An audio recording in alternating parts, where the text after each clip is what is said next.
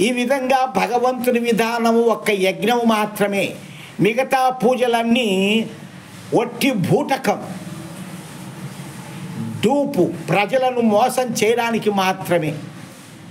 అటువంటి జ్ఞానాన్ని మనము తెలుసుకొని చేయగలిగిన నాడు సుఖమైనటువంటి జన్మ ఇస్తాడు, సుఖమైనటువంటి బ్రతుకునిస్తాడు, మంచి విద్యలను ఇస్తాడు, మంచి ధనం ఇస్తాడు, మంచి గొప్పగా కీర్తి ప్రతిష్టలు పొందేటటువంటి జ్ఞానము ఇవన్నీ మనకు భగవంతుడు అందిస్తాడు.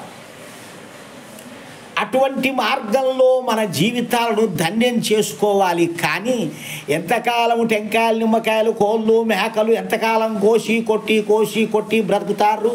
ఎప్పుడో పారి జీవితం అయిపోతుంది. జీవితం అయిపోతే గోయిందని తీసుకుపోయి శ్మశానంలో పెడతారు. అప్పటితో అయిపోయా.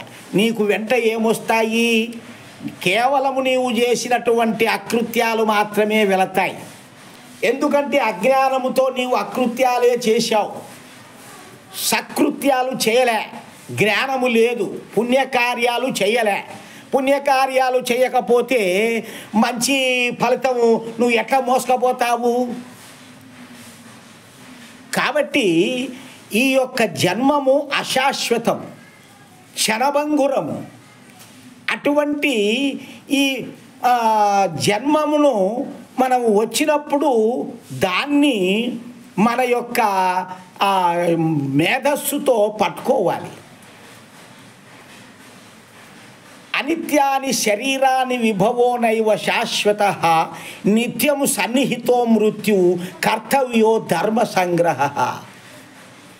అనిత్యమైనటువంటి ఈ శరీరము నిత్యము రోజు రోజుకు ముసలిదై ఒకనాడు చస్తుంది, రోజు రోజుకు తగ్గిపోతూ వస్తుంది. మనం ఇన్ని ఏళ్ళు వచ్చాయి నేను పెద్ద అని అనుకుంటుంటాము, కానీ తొందరగా పోతున్నావు, నీకు దగ్గరికి వచ్చింది అని గుర్తు.